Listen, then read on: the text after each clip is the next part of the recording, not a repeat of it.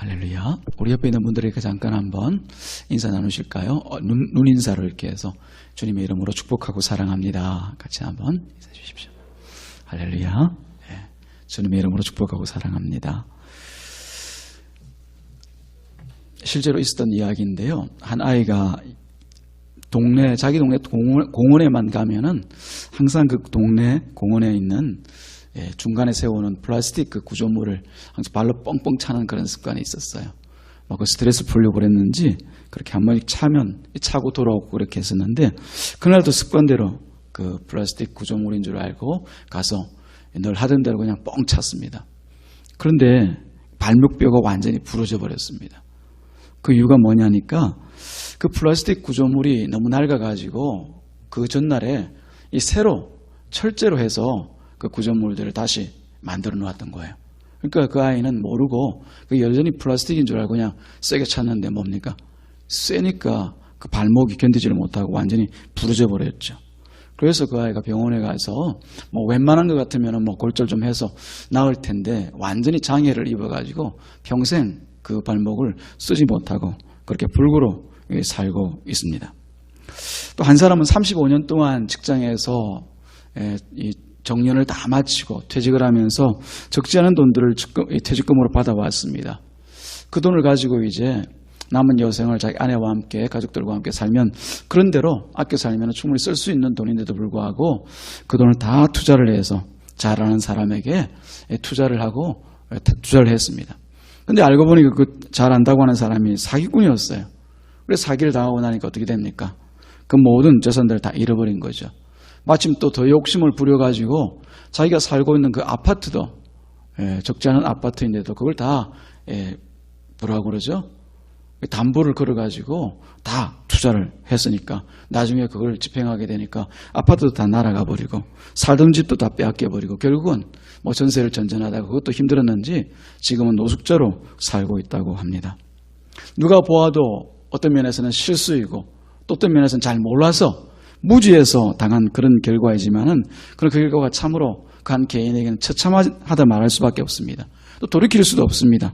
사람은 누구나 실수도 하고 몰라서 당하기도 합니다. 그런데 보면은 우리가 살다 보면은 그 결과들은 결국 그 실수를 한 자신이 또 몰라서 내가 무지해서 행했던 그 모든 책임들을 자신이 진다는 것을 우리가 알게 되는 거죠. 부러진 그 발목을 다른 사람이 안고 살지 않습니다. 또 한편으로는 나 대신 다른 사람이 글에 나가서 노숙하지 않습니다. 자기가 행한 그대로 또 당하는 것이 자기가 한 실수였고 또 무지해서 당했던 일들인 거죠. 그래서 우리가 흔히 변명을 할 때 내가 몰라서 그랬다 혹은 내가 실수였다라고 하는 말 우리끼리는 통할 수 있지만은 그러나 그 결과는 혹독하게 치료해야 되는 일들이 한두 가지가 아니라고 하는 것을 우리가 알 수 있습니다. 지금 우리들도 보면은 각자가 주변에 일어난 일들을 보면서 한편으로는 각자 나름대로의 선택을 하고 살아가고 있죠. 어떤 사람들은 그 선택이 지나고 난 뒤에 실수였다 그렇게 말하는 사람들도 있습니다. 또 어떤 사람은 내가 그때 몰라서 내가 무지해서 어리석어서 내가 잘못 선택했다 그렇게 말하는 사람들도 있습니다. 누구나 다 할 수 있는 실수고 또 어리석은 선택이지만 그러나 그렇다고 해서 누구나 다 실수하고 어리석게만 살아가는 것은 아닙니다. 어떤 사람은 면밀하게 살피고 또 분명한 답을 얻어서 그 바른 길을 찾아서 가는 사람들도 있는 것이죠. 지금 우리가 당하고 있는 이 세대를 두고 보면은 한 번쯤은 우리가 짚고 넘어가야 될 그런 필요가 있습니다. 특별히 우리가 하나님을 믿는 신자로서 믿음의 성도로서 지금 이 세대에 대해서 한 번쯤은 스스로가 생각하고 판단하고 또 선택을 해야 되는 그런 상황이 지금 우리 가운데 있습니다. 사실 어느 성경을 보더라도 이에 대한 답은 나와 있습니다만은 오늘은 특별히 히브리서를 통하여서 같이 한번 생각해보는 시간을 가지기를 바랍니다. 이 히브리서라고 하는 것은 바로 사도 중에 한 사람이 히브리인들의 교회, 그러니까 유대인들을 말하는 것이죠. 유대인들이 주축이 되어져서 있던 아마 예루살렘이나 이 유대인 지역에 살고 있던 그 유대인들의 교회를 향해서 기록하였던 서신이 아닌가 합니다. 그래서 이름이 히브리서죠. 히브리서. 그때는 아마 시기적으로 따져보면 예수님께서 십자가에서 죽으시고 부활하시고 또 승천하시고 난 뒤에 불과 30년에서 한 40년 어간 그 중간에 아마 기록되지 않았나 싶습니다. 제가 추측으로 얘기하는 것은 여기 히브리서의 정확한 저자가 기록되어 있지 않고 또 그 시기에 대해서도 정확한 그런 어떤 기록이 없습니다. 그래서 사람들이 판단하기를 바울이 기록한 건 맞지만은 그러나 이 히브리인들의 교회에 바울의 이름으로 보내기에는 참 몇 가지 어려움이 있어서 그래서 바울의 이름을 걸지 않고 그냥 무명으로 해서 보낸 것인데 이게 아마 바울이 아닌가 생각을 하게 되죠. 그냥 그것은 뭐 우리가 굳이 알려고 하지 않아도 될 것 같고요. 그러니까 중요한 것은 언제 기록되어졌는가라고 하는 것은 생각해 보아야 됩니다. 주님께서 승천하시고 난 뒤에 뭐 길게 잡아서 한 30년에서 40년이 지나고 난 그때라고 하는 거죠. 이때라고 하면 우리가 생각해 볼 때 교회가 얼마나 건강하겠습니까?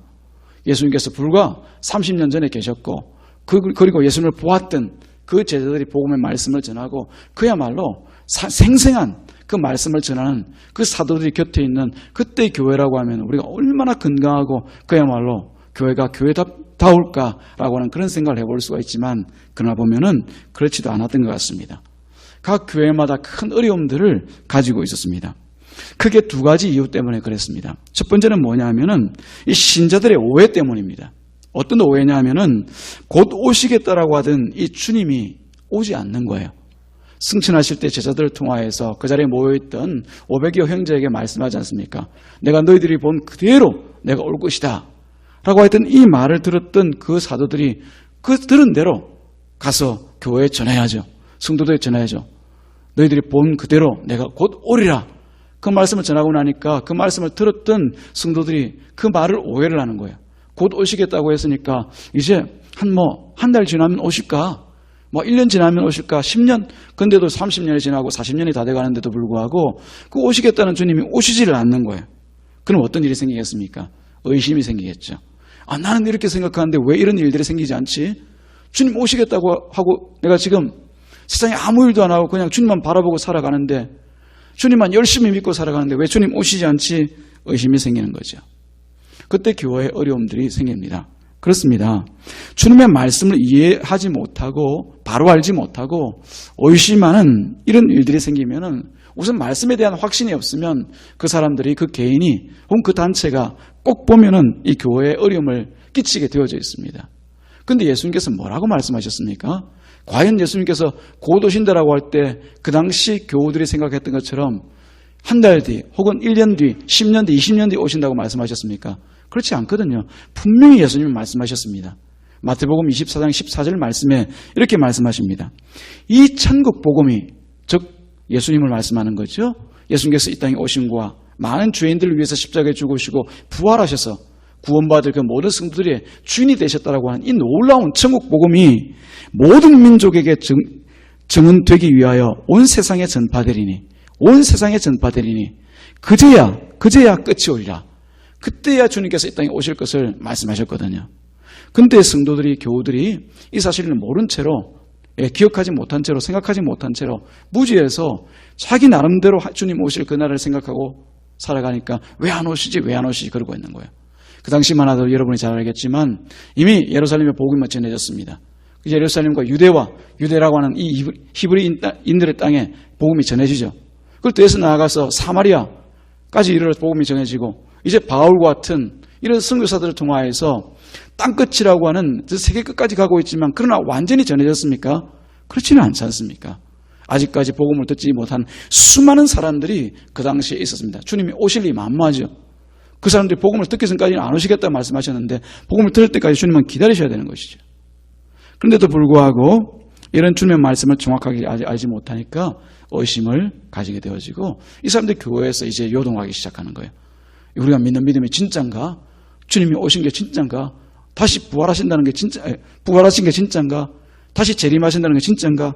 이런 의심이 생기고 확신이 없으니까 교회가 힘들어지는 것이죠. 또 한 가지는 뭐냐면 마침 그때 불어닥친 로마 황제들의 박해였습니다. 로마 황제들이야 박해할 만하죠. 그 이유가 있습니다. 왜냐하면 황제들은 자기가 정복한 그 모든 땅 사람들에게 자기가 왕으로 대접받기를 원했습니다. 내가 유일한 왕이야, 황제야. 그렇게 얘기하고 또 한편으로는 내가 하나님이야. 그런 말도 서슴지 않았습니다. 실제로 그렇게 말하기를 요구했거든요. 로마 황제를 향해서 내가 하나님이다. 그렇게 말하면서 그 사람들이 다시 복창해서 주는 하나님이십니다. 로마 황제를 향해서 그렇게 말하게 했거든요. 근데 한 부류의 사람들이 그 말을 듣지 않는 거예요. 어떤 사람들입니까? 예수 믿는 저와 여러분 같은 사람들이에요. 우리에겐 따로 왕이 있습니다. 누굽니까? 예수 그리스도이시죠. 우리에겐 따로 하나님이 계십니다. 바로 만유를 지으신 유일하신 하나님이 바로 우리의 하나님이신 것이죠. 로마 황제에 가서 그 말을 할 리가 있습니까? 오직 하나님만, 예수 그리스도만 우리의 왕이고 우리의 하나님이다 고백하니까 눈에 가시와 같은 것이죠.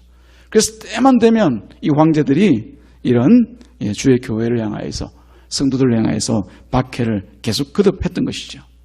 이때 교우들 중에서는 이 두려움, 그런 박해 때문에 두려움에 떨면서 전전긍긍하던 사람들이 있었습니다. 아니, 예수를 믿는데 왜 이렇게 힘들고 어려운 일이 생기는 거야? 예수 믿으면 행복해지고 좋아진다고 얘기했잖아. 천국 우리가 가게 된다고 그랬잖아. 근데 왜 이 땅에서 이렇게 힘들고 어렵게 살아가는 거지? 그 사실을 이해하지 못한 채 교회에서 요당하고 힘들어하고 심지어 주님 없는 교회와 또 믿음의 자리에서 떠나는 사람들도 속출했습니다. 그러나 보면요, 이것도 주님이 미리 다 말씀하신 거예요. 역시 종말에 있을 일들을 말씀하시면서 예수님께서 마태복음 24장 9절부터 12절까지에 이렇게 말씀을 하십니다. 그때 사람들이 너희를 환난에 넘겨주겠으며, 그때가 언제입니까? 주님 오시기 전날까지 모든 때를 얘기하는 거죠. 너희를 죽이리니 너희가 내 이름 때문에, 누구 이름 때문에? 예수님의 이름 때문에, 예수를 믿는 이 믿음과 신앙 때문에 모든 민족에게 미움을 받으리라. 그때 많은 사람이 일어나 많은 사람을 미혹하겠고 불법이 성함으로 많은 사람의 사랑이 식어지리라. 어떤 사랑이요? 주님을 사랑하는 그 사랑 말입니다. 주님이 우리의 모든 것이라고 고백하는 그 믿음의 고백이 식어지리라. 그렇게 얘기를 하는 거죠. 실제로 박해가 있을 때 많은 사람들이 실족을 합니다. 그 당시 얘기죠. 귀에 듣기 좋고 편한 이야기를 하는 사람들을 따라가는 사람들이 발생합니다. 믿음 꼭 그렇게 믿어야 되냐? 그냥 혼자서 조용히 믿으면 되고 마음에만 가지고 있으면 되지. 꼭 예수 한 사람만 믿어야 되나? 예수만 신인가? 부추도 신이고 다른 신들도 있는데 다른 것 좀 믿으면 안 되나? 같이 믿으면 더 좋은 일 복 받지. 그런 사람들이 있었습니다. 귀에 듣기 좋고 또 편한 이야기를 하는 사람들을 따라서 가는 사람들이 실상 많이 발생했습니다. 심지어 예수를 부인하고 신앙을 떠나서 교회를 비방하는 사람들이 속출합니다. 이때 각 사람들이 자기가 하는 일이 어떤 일인지 몰랐겠지만은 그 한 사람 한 사람들은 각자가 어떤 식으로든지 자신의 신앙을 주님 앞에 증명하고 있었습니다. 내 신앙은 이런 겁니다. 이것이 바로 내 신앙입니다. 그렇게 자신의 몸으로 보여주고 있었던 것이죠. 그 와중에 이런 사람들도 있었습니다. 예수님을 부인하지는 않지만은 교회 모임에 참석하지 않는 사람들이죠. 그것이 예배이든지 기도회이든지 혹은 신교이든지 봉사이든지 모이기를 꺼려하는 사람들이 있었습니다. 이것이 나중에는 습관적으로 점점 굳어져가는 그런 경향이 바로 지금 이 사도의 눈에 포착되고 또 그것에 대해서 뭔가 말하지 않으면 안 되는 그런 상황이 되었던 것이죠. 그래서 우리가 25절에 읽었던 것처럼 모이기를 피하는 어떤 사람들의 습관과 같이 하지 말고 되지 말고 그것이 습관처럼 굳어져가는 것을 보고 목격했다는 거죠. 그것에 대해서 하지 말라는 겁니다. 아마 그렇게 하는 사람들은 다 각자 형편과 사정들이 있었을 것입니다. 생계를 위해서나, 왜냐하면 그 당시 예수 믿으면 자기 직장에서 쫓겨나고 그야말로 일자리를 얻을 수 없는 그런 상황이었거든요. 또한 자기 남들의 이목이 두려워서 남들이 이렇게 얘기하고 저렇게 얘기하니까 내가 로마 황제의 그 두려움 박해를 피해가면서까지 꼭 교회에 모여서 함께 기도하고 함께 예배드릴 그런 이유까지 있겠는가? 그런 형편과 사정들이 있을 것 아닙니까? 그러나 사도들은 그런 형편과 사정을 변명삼아 얘기하는 모든 사람들에게 있어서 오늘 말씀에 보면 단호하게 그런 실수와 자기에게 있어서 어리석음, 무지가 있었다는 것을 결코 용납하지 못하리라고 말씀을 하고 있습니다. 그리스도 안에서 모이는 이 모임은 사실 단순한 모임이 아닙니다. 세상에서도 많은 모임이 있습니다. 저도 살다 보니까 이런저런 모임들이 제가 가서 참석해야 되는 모임, 혹은 거기서 중심적인 역할을 해야 되는 그런 모임들이 있더라고요. 보니까 동창회도 있고, 저는 가보진 않았지만 향후회도 있고, 또 친목회 등등 이런저런 모임들이 있습니다.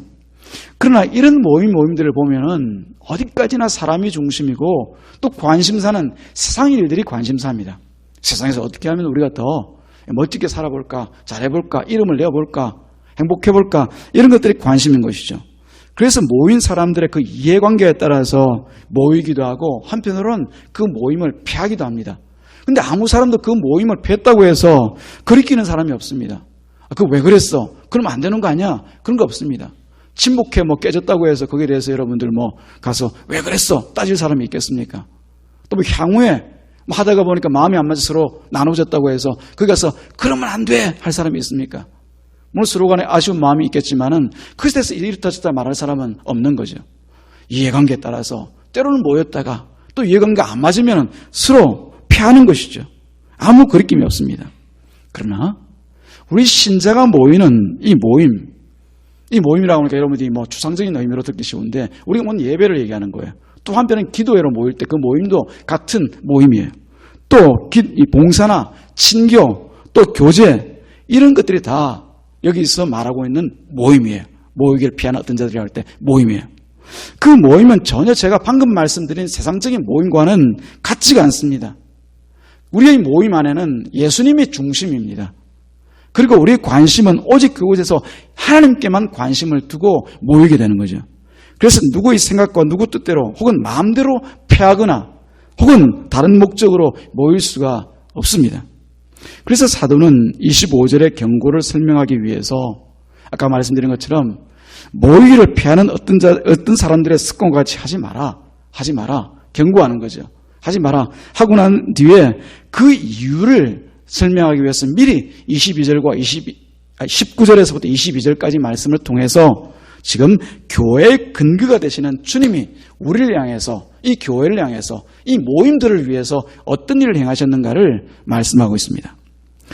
그러므로 형제들아 우리가 예수의 피를 힘입어 성소에 들어갈 담력을 얻으나니 그 길은 우리를 위하여 휘장 가운데로 열어놓으신 새로운 살 길이요 휘장은 곧 그의 육체니라. 또 하나님의 집을 다스리는 큰 제사장이 계심에 우리가 마음의 뿌림을 받아 악한 양심으로부터 벗어나고 몸은 맑은 물로 씻음을 받았으니 참마음과 온전한 믿음으로 하나님께 나아가자. 중간에 표현은 안 하고 있지만 항상 하나님께 나아가자. 이런 표현들을 먼저 사도가 이 교우들을 향해서 말하고 있어요. 자, 여기서 사도는 우리 교회가 어떤 교회라고 하는 것을 이렇게 말하고 있습니다. 중간에 보니까 예수님께서 우리를 위하여 휘장 가운데로 새로운 살 길을 열어놓으셨다. 그렇게 말하고 있습니다. 우리 가운데 새로운 살 길을 열어놓으셨는데 휘장 가운데로 새로운 살 길을 열어놓으셨다. 그렇게 얘기를 하고 있어요. 그게 우리 주님이 하신 일이에요. 우리가 교회가 되게 하기 위해서. 그럼 이 말이 무슨 말인가를 우리가 알아야 되잖아요.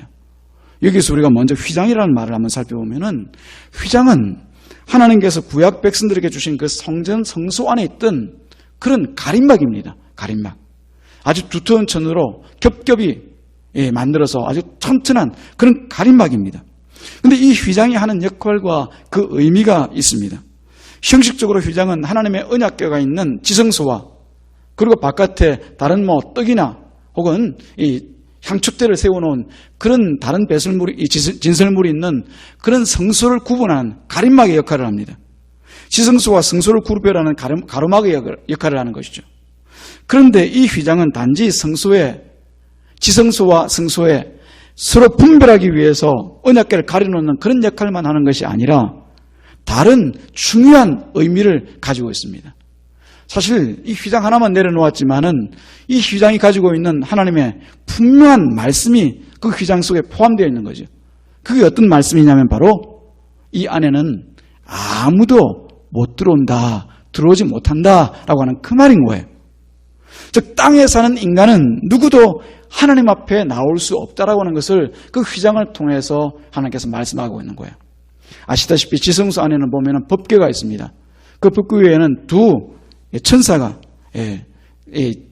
딱 나란히 서 있습니다. 그리고 그 자리가 바로 하나님의 보좌로서 상징되어져 있는 거죠. 하나님의 임재가 있는 그 자리가 바로 지성소 아닙니까? 그런데 그 지성소에는 아무도 이 땅에 발을 딛고 사는 사람이라고 하면 아무도 들어가지 못해. 그 말을 누가 하고 있는 거예요? 이 휘장이 하고 있는 거예요. 다 가로막이 되어져서, 가림막이 되어져서. 그런데 우리가 한번 생각해 보면은 하나님 앞에 내가 나갈 수 없다라고 하는 것, 그거 왜 그런 거예요? 처음에는 안 그랬잖아요. 우리 창세기 2장과 3장에서 보면은 사람이 처음 창조되었을 때 하나님과 무시로 만나잖아요. 말씀하시는 것을 듣고 또 듣는 대로 하나님 앞에 나아가서 행하기도 하고 무시로 만나잖아요. 근데 하나님께서 이 땅에 사는 인간은 아무도 내 앞에 나올 수 없어 라고 하는 것은 무엇 때문에 그렇습니까? 바로 하나님과 그 관계가 단절되었다는 얘기죠. 뭐 때문에요? 죄 때문에. 죄 때문에. 그리고 이 죄는 결국은 그 가림막을 통해서 말씀하고 있는 것과 같이 누구도 하나님 앞에 나갈 수 없다라고 하면은 그것은 결국 아무에게도 생명이 없다라고 하는 거죠. 생명의 주인은 하나님이십니다. 하나님 앞에 나설 수 없다는 것은 생명이 없다는 얘기거든요. 그 단절은, 그 가림막은 결국 모든 인간의 가야 될 그 운명을 얘기하고 있습니다. 바로 죽음의 길로 가는 것이죠. 그런데 한 가지 예외를 두십니다. 하나님께서 이스라엘 죄를 사하시기 위해서, 자기 친백성으로 삼으신 이스라엘 백성들의 죄를 사하시기 위해서 1년에 한 차례 오직 한 사람 대제사장만 속죄일에 그 지성소 안에 그 가림막을, 휘장을 열어젖히고 들어갈 수 있도록 만듭니다. 그러고 난 뒤에 그냥 들어가는 것이 아니라 미리 온몸에 피를 뿌리고 들어갑니다. 그리고 가지고 왔던 그 모든 피를 또 지성소에 있는 그 법궤의 네 귀에다가 일일이 하나하나 뿌립니다. 왜 그런 거예요? 이게 우리들의 죄입니다. 죄가 이 제물을 통하여서 속죄함을 받았으니 주님 우리를 용서하시고 우리와 함께 하소서, 이런 의미로 지성소에 들어가서 온 백성의 죄의 용서를 구하는 속죄를 그 자리에서 행하는 것이죠. 그리고 나서 이스라엘 백성들은 1년 동안 하나님과 관계 안에서 살아갈 수 있게 되는 그 자격과 그런 위로를 얻어서 세상 가운데 나가는 거예요. 이게 바로 이스라엘 백성들에게 있었던 대속죄일에 있었던 일인데, 그러나 이것으로는 완전하지가 않습니다. 매년 한 차례만 가능한 일들이죠. 그래서 하나님께서는 약속하신 그 진정한 구원자 예수님을 이 땅에 보내십니다.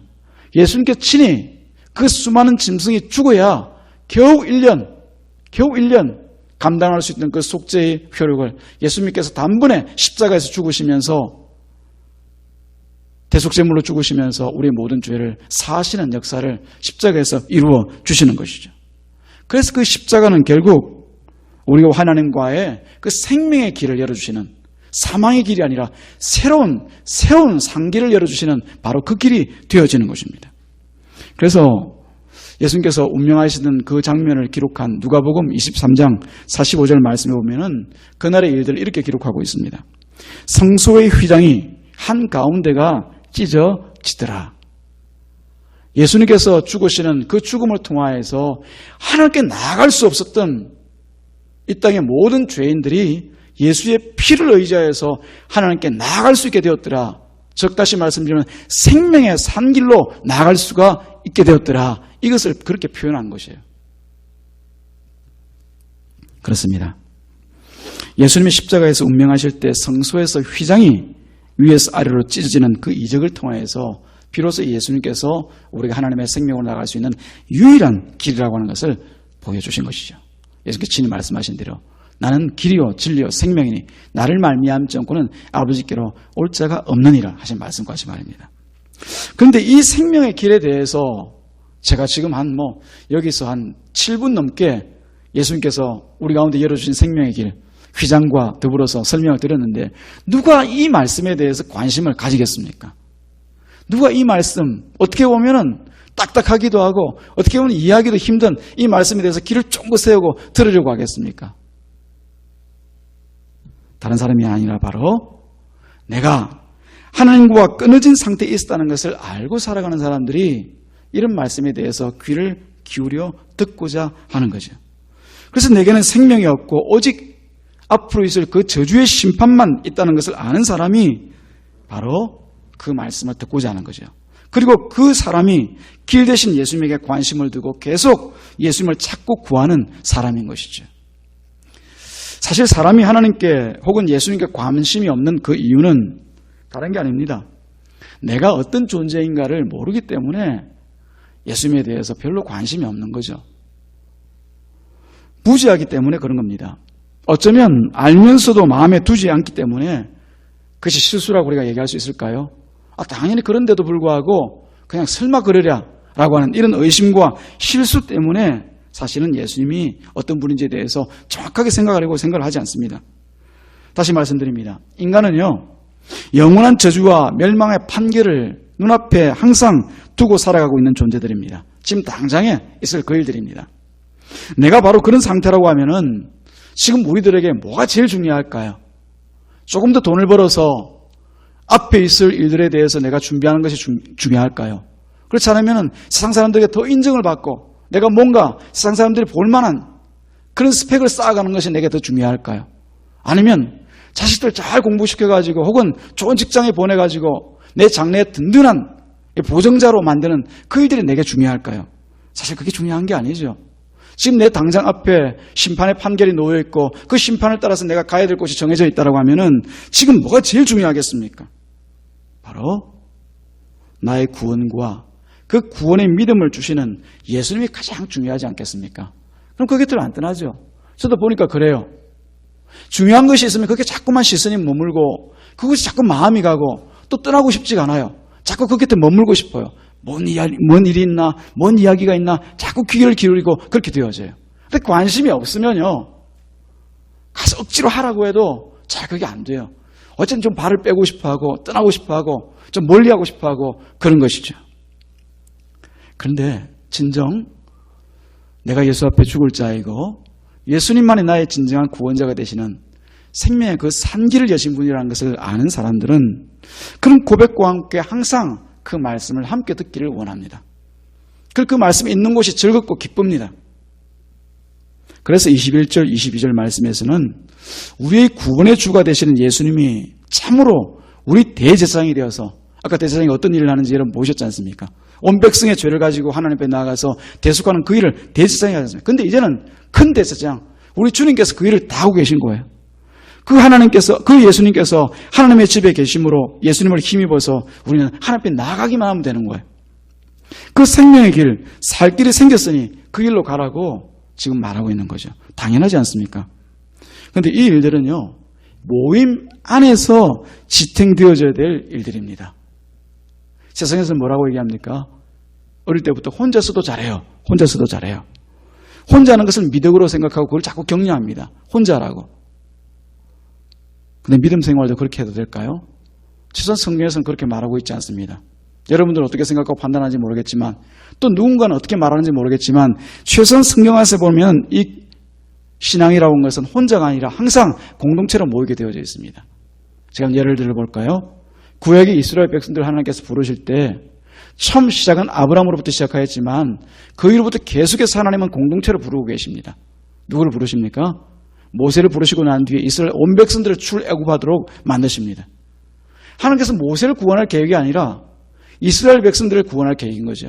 그래서 그들은 출애굽할 때도 같이 한 덩어리가 되어서 움직이고 또 광야에 가서도 이 사람은 단순히 모세 한 사람만 구원하기 위해서 있는 그 자리가 아니라 60만의 그 이스라엘 백성들이 광야에서 함께 하나님의 영광을 보고 하나님 앞에 그 믿음과 신앙들을 고백하면서 살아갑니다. 뿐만 아니라 가나안 땅에 들어가서는 어떻습니까? 여호수아 한 사람만 그 땅을 차지하고 있습니까? 아니요. 이스라엘 온 백성들이 그 땅 곳곳에 나아가서 하나님을 향한 믿음의 고백을 하고 함께 교회가 되어 믿음 생활을 같이 하고 있더란 말입니다. 주님께서도 우리를 한 사람으로 부르지 않았습니다. 주님 우리를 교회로 부르셨죠. 여러분 잘 알다시피 예수님께서 이 땅 가운데 계실 때 자신의 모든 소유를 포기하셨습니다. 모든 것이 우리 하나님의 것이고 우리 주님의 것이지만은 그는 자신의 생명마저도 이 땅에 다 내려놓고 다 포기하셨어요. 그건 단 한 가지, 교회만 자신의 소유로 삼으셨어요. 여러분이 잘 아시는 마태복음 16장 18절 말씀에 보면은 이 반석 위에 내 교회를 세우리니 그렇게 말씀하십니다. 누구 교회라고요? 내 교회, 주님의 교회를 세우시겠다고 말씀하시는 거예요. 베드로가 그렇게 고백합니다. 사람들이 나를 누구라고 얘기하더냐 물어보니까 베드로는 주는 그리스도시요 살아계신 하나님의 아들이십니다. 이 분명한 믿음의 고백이거든요.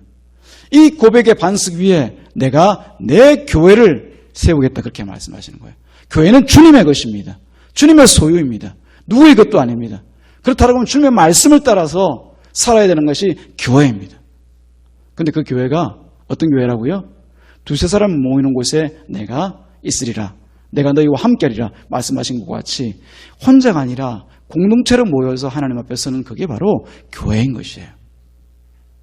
사랑하는 여러분, 그렇다고 하면은 지금 우리가 일어나고 있는 일들에 대해서 다시 한번 생각해 보아야 될 줄로 믿습니다. 우리 속에 일어나고 있는 중요한 일들이 사실은 이 모임 안에 다 있습니다. 모임 안에 다 있습니다. 우리 간혹 보면은 집에서 TV 틀어놓고 또 동영상 보면서 나 예배 드렸다, 나 거기다 헌금도 하고 거기서 또 나 찬송도 하고 박수치미 쳐가면서 말이죠, 했는 이 모든 이런 일들이 내가 예배 드렸다 그렇게 얘기하는데 과연 그게 예배일까요? 과연 그게 하나님 앞에 내어드리는 내 믿음의 고백과 헌신일까요? 성경 그렇게 말하지 않습니다. 우리가 모이는 이 모임 안에는 분명히 있어야 될 몇 가지가 있습니다. 우리가 읽었던 바로 23절부터 24절까지 그 내용들을 사도가 말하고 있습니다. 간단하게 말씀드리겠습니다. 또 약속하신 이는 미쁘시니 우리가 믿는 도리의 소망을 움직이지 말며 굳게 잡고 서로 돌아보아 사랑과 선행을 격려하며, 이 네 가지의 일들을 지금 우리 모임 안에서 하나님께서 이루어 나가고 계신 거예요. 이 모임을 떠나서는 이를 쓸 수 없는 일이죠. 첫 번째는 뭡니까? 하나님의 미쁘신 약속을 함께 확인하는 일입니다. 하나님 미쁘신 약속, 그 신실하신 약속들이 우리 안에서 어떻게 이루어지고 있는가? 우리는요, 하나님의 말씀을 보면서 이것을 연구하고 논문 한 면 펴서 세상에 내놓는 것이 이 성경이 있는 목적이 아닙니다. 나 혼자 연구하고 나 혼자 잘 알고 나 혼자 성경을 파고들어서 연구 논문 한 편 펴내서 세상에 이름을 날리라고 이 성경에 있는 게 아니에요.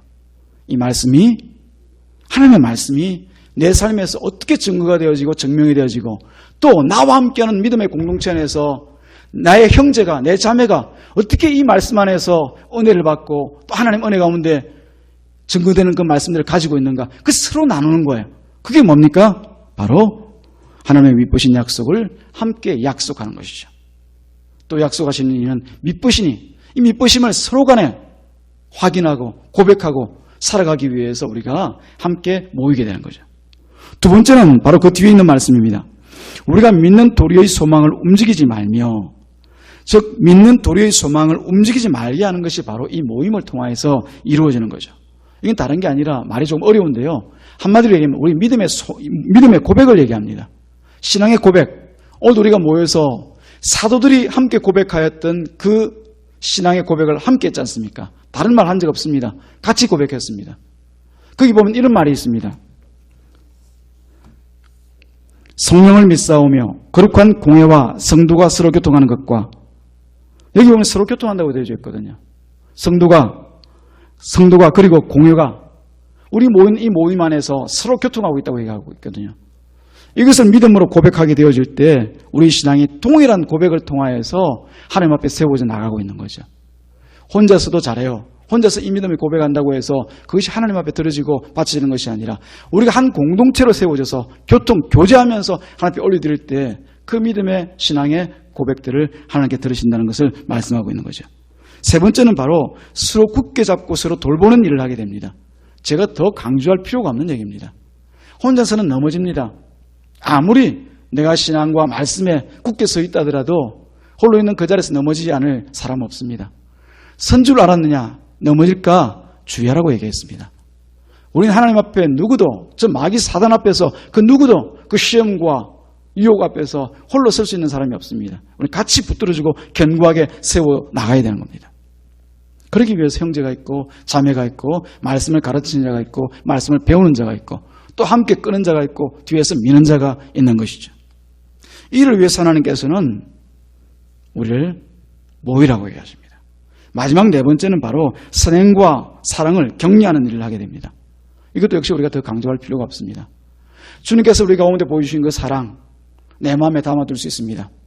그러나 우리 가운데 일어나는 이 수많은 환난과 핍박과 어려움들을 통하여서 당시 히브리인들이 가지고 있었던 그 믿음의 어떻게 보면 딜레마 안에서 이 사람들이 무엇으로 그 모든 것들을 이겨나가겠습니까? 내가 생각할 때는 예수님 안 계신 것 같아요. 의심하는 사람이 있습니다. 어떤 사람은 이 정도로만 신앙생활하면 될 것 같아.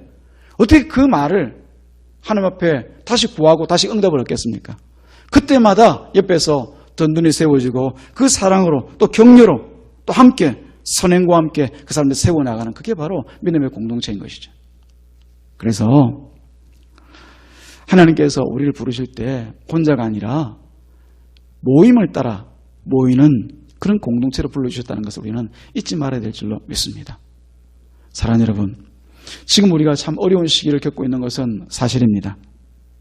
그러나 이 환난과, 지금 우리 가운데 있는 이 환난과 세상으로 당하고 있는 이 핍박의 무게가 히브리인들이 당하였던 이 히브리 교회가 당하고 있었던 그 핍박의 무게와 깊이가 어떠하다라고 하는 것을 우리가 서로 비교해보는 것은 어리석은 일입니다. 아무 의미가 없습니다.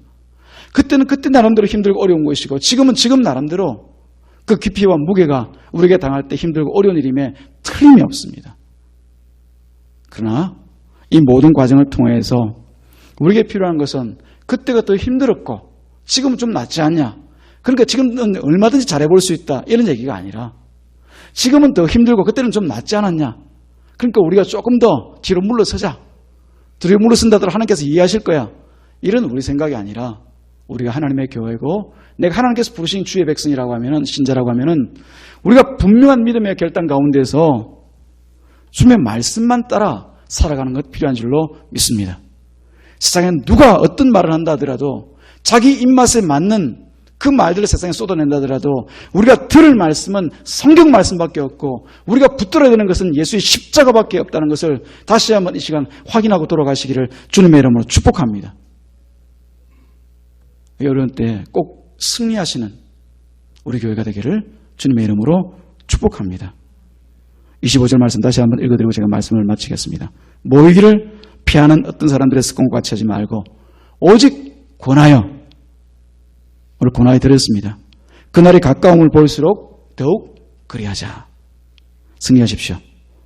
주님께서 마태복음 24장 13절 말씀에 이렇게 말씀하셨습니다. 그러나 끝까지 견디는 자는 구원을